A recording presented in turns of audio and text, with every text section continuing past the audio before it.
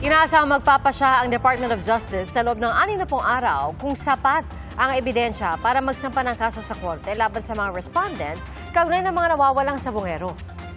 Saksi, si Sandra Aguinaldo.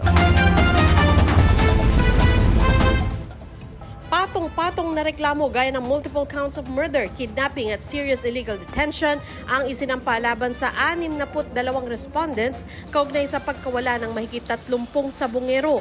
At sa loob ng 60 araw, dedesisyon na ang mga ito ng Department of Justice o DOJ. The panel declared that the preliminary investigation is already submitted for resolution. That is after the complainant manifested that they are not filing a reply to the counter affidavits of the respondents.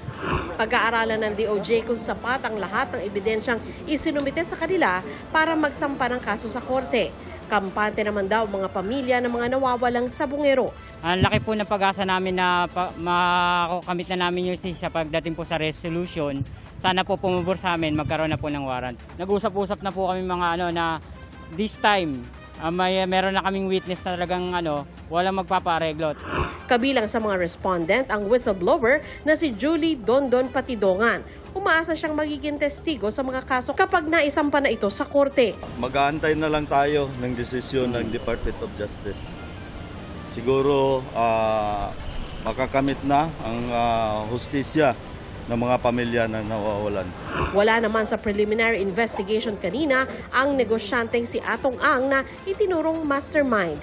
Pero naroon ang kanyang abogado na umaasang pagbibigyan ng kanilang hiling na ibalik ang reklamo sa PNP-CIDG para raw maimbestigahang muli. We are hopeful that the case will be rebundled back to CIDG for investigation in view of the fact that the evidences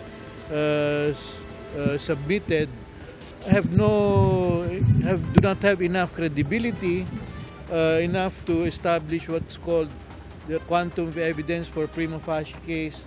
Iaapila naman ng kampo ni Atong Ang pagbasura ng Mandaluyong Prosecutor's Office sa mga reklamong attempted robbery with intimidation of person, grave coercion, grave threats at slander na isinampa ng negosyante laban kay Patidongan at isa pang respondent na si Alan Bantiles. Base sa resolusyon ng Mandaluyong Prosecutor's Office, walang sapat na ebidensya para isakdal ang dalawa. Tuloy naman ang investigasyon ng DOJ sa mga buto na nakuha sa Taal Lake. Ayon kay Patidongan, doon umano itinapon ang mga labi ng mga nawawalang sabongero. Kung magmamatch ito sa DNA ng mga kaanak ng biktima, makadaragdag daw ito sa kanilang ebidensya. Total number of bones recovered and submitted for examination is at the number 981. Okay? This includes 3 sets of human remains from the cemetery consisting of 264 bones. If the assessment by the panel of prosecutors is that there is sufficient evidence to proceed to trial, given what we have on hand, there will be no need to look into the DNA evidence or to wait for the results of the DNA examination. Para sa GMA Integrated News, ako si Sandra Aguinaldo, ang inyong saksi.